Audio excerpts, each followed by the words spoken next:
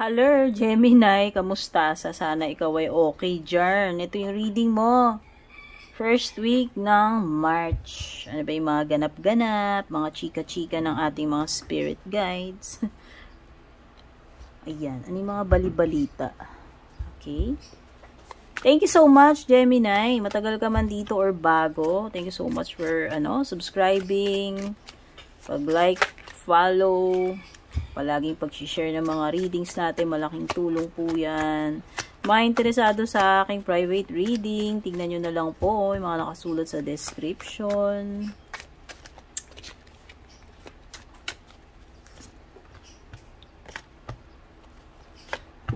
Uy, yate. Ano ba to? Meron ka bang travel? Ano ba to? Pupunta ka ba sa karagatan? Baka mag-ano kayo. Di ba uso naman talaga yon? Iba nagyayate-yate sila. Merong something exciting siguro. Or socializing na pupuntahan mo, Gemini. At sabi ito ay luxury o baka mga yayamanin, mga social-socialan itong encounter na ito, o mga mamimit mo, mga ka-jamming mo rito, o may some kind of yung affluence, luxury, o pwedeng malay mo naman mag-cruising kayo, basta may pagta-travel dito, tapos mayroong mga yayamanin energy, yan, yung tipong hindi tinipid, o diba, expensive. Ayan.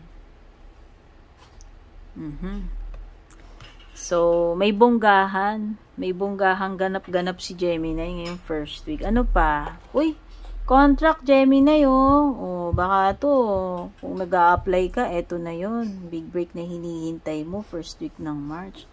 Tinawagan ka na nung in-applyan mo. Pipirmahan ka na lang ng kontrata. Pag-uusapan nyo na lang yung mga charot-charot, yung mga terms. Ayan. So, mukha, nangangamoy na bagong contract, bagong trabaho, successful na application. Ayan, magkakaroon ka daw ng strong connections. Baka may bond, baka matatali ka na naman, Gemini. Ano ba to? Kasi nga kontrata yan Siyempre matatali ka dyan. Depende, gaano katagal yung terms dito. Basta merong matatali ka na naman, may pipirmahan ka na naman dyan. Kung ano man ito. Trabaho man yan, loan, whatever. Pero may partnership involved. Ayan. Baka meron kang ka-deal, business partner. Hindi re-renew ninyo yung inyong kontrata, samahan. Okay, pwedeng ito naman may kinalaman din sa romantic, Sabihin natin yung iba sa inyo first week ng March magiging kayo na nung ka-MU mo. Ayan. Pagpasok din kasi ito sa commitment, relationship, pwede rin naman. Pwede. Sabi dito, if this is a special person, sabi ito soulmate connection. At saka committed. Committed, magiging ibig sabihin, goods itong person na to kasi siya, serious kasi i-commit niya yung sarili niya sa'yo. Kontrata talaga, Gemini, ito na naman yung eyeglasses yung lumitaw kay Taurus din ito Mukha, oo. Babasahin mo na yung mga terms, pipirma ka na, ayan na, diba? Ayan na yung contract na hinihintay mo, Sa wakas, ngayong first week ng March, pirmahan na ng kontrata, Gemini. Yun lang, ang dami mo mga babasahin dito, mukhang mahaba-haba ito. Kasi sabi, tignan mo daw mabuti Musisiin mo, check mo mabuti yung mga details bago ikaw pipirma. Diba? May mga dyan, may mga kasunduan, charot. Ano pa?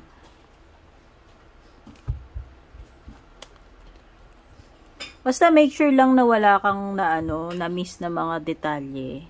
Yun lang naman yun. eyeglasses, o yung iba dito, baka naman magpapaano kayo, magpapa-upgrade kayo ng inyong, grado, pupunta kayo sa, optical. Or kung first time mo, na magpapagawa ng iyong, eyeglasses. Papacheck yung mata, ayan, may something sa, sa eyes, sa mga binabasa.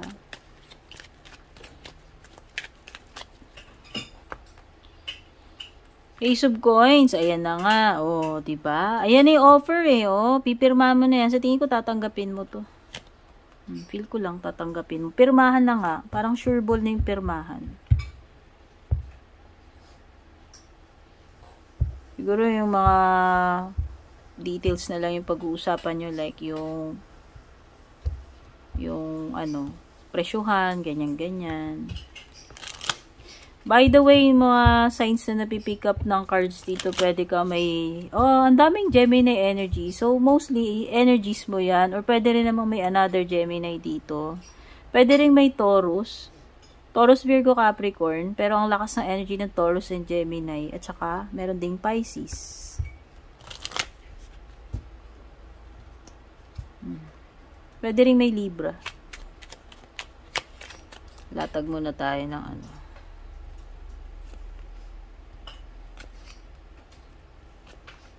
sa love life-an mo, no? Kung anong latest chika, chismis na mga spirit guides natin pagdating sa love life ni Gemini. Wait lang. Uy, may twin flame dito. May pinanggit na dun sa taas, soulmate. Oo, 'di ba? Soulmate, may twin flame ka pa. Uy, wedding ring. Baka yung iba na to, engagement o kasalan na this first week of March. Kasi ayan may mga sing-sing doon. Tapos ito may sing-sing na naman. Wow. At saka Hierophant, dear. Hierophant. Baka nga. Lakas ng energy ng kasal dito. Kung hindi man ikaw ikakasal, kung hindi, pwedeng proposal, engagement, kasal. O baka naman kung hindi ikaw yon, hindi dadalo ka ng kasal, baka mag-abay ka dyan, ninong-ninang, whatever. Basta, merong magandang offer sa'yo, ayan ay Ace of Coins. So, this is an offer of stability. Kaya kung person to, mapasok sa buhay mo, person man yan, business partnership, trabaho, mukhang maganda. Andyan yung stability, andyan yung security, abundance, and yung potential na naghihintay sa iyo for growth or stability. Ayan, kaya alam mo pwedeng kung halimbawa person to, pwedeng magkaiba kayo ng religion or lahi, culture. Pwede. Oo, yun lang. Pero nakikita ko naman sabi dito, soulmate mo or mo siya, twin flame.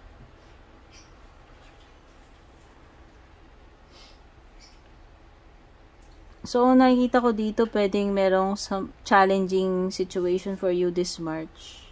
And then, nakikita ko, pwedeng test of faith. Matcha-challenge lahat ng mga prinsipyo mo, pinaniniwalaan mo. Pwedeng ganun. Pwedeng merong ganap na ganun.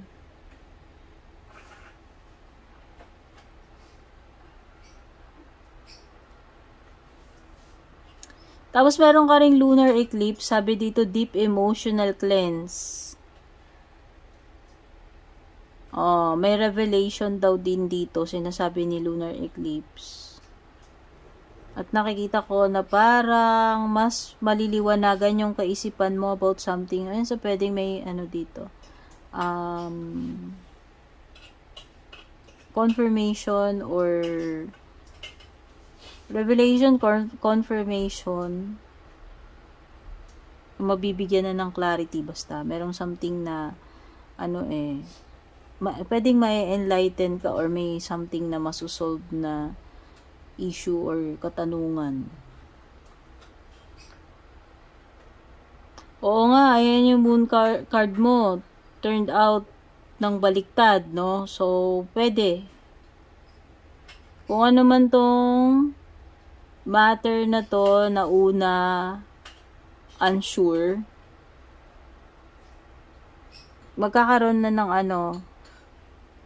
ng clarity dito sa sitwasyon na to, kung ano man yung matter na yan. Kasi ayan na, oh, marireveal na with the moon card reversed. Tama yung sinabi ko dito. Okay?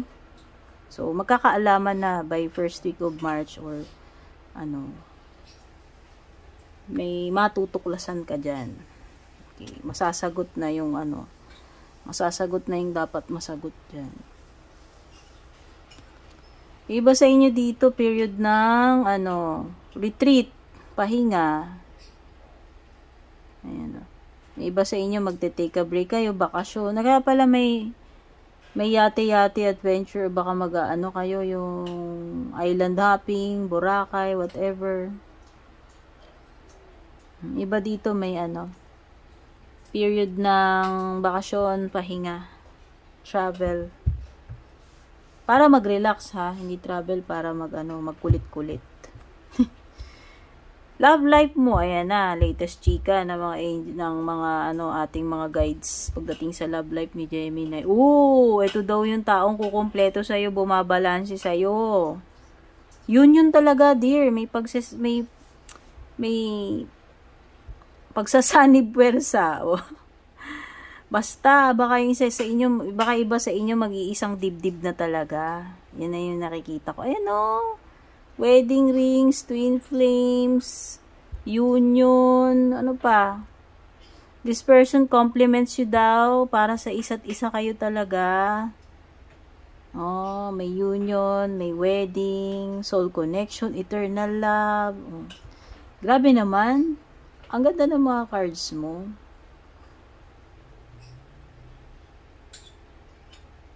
Pero alam nyo, kung yung iba ditong Gemini, maganda yung energies nyo, no? Kasi ito'y general reading. Yung iba dito, may alat, no? Meron akong nakikita dito na yung iba na-frustrate naman kayo sa relationship nyo. Either busog-busog sa sobrang, fulfillment, saya, kilig. Kasi may mga kasal-kasal dyan, pero yung iba dito, frustrated naman kayo. Pwede ng iba nagkakaroon ng issue ng selosan.